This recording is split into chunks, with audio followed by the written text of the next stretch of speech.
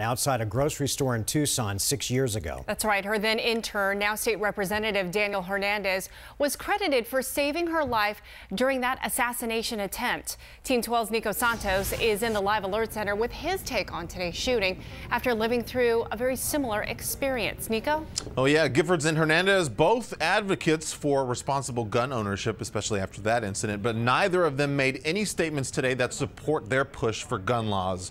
Hernandez says that people often fall into two traps: politicizing a tragedy or asking their prayers and then later just moving on. He says he would like to see a combination of the two.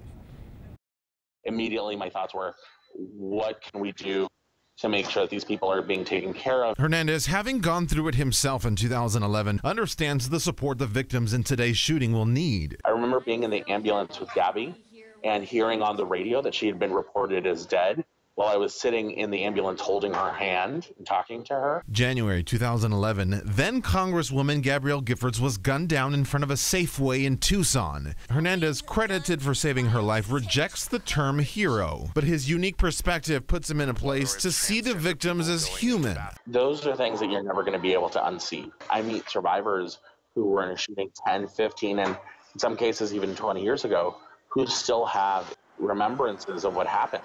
Gritty, it's gory, and it's something that's very painful. So he wants the public to avoid a trap after situations such as this. We cannot normalize this. We can't just accept this as something that is fact.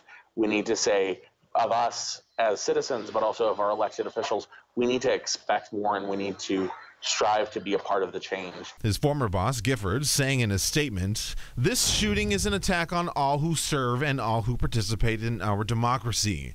I am heartbroken for the pain of Congressman Scalise, the other victims, and their family, friends, and colleagues who survived." Both taking to social media with similar messages of unity. We always talk about thoughts and prayers, and then there's never any follow-through.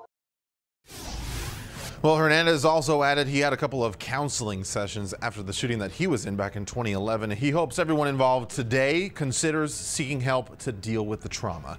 Nico Santos, 12 News. Nico, thanks. In light of today's attack and the attack on Gabby Giffords, we're asking tonight,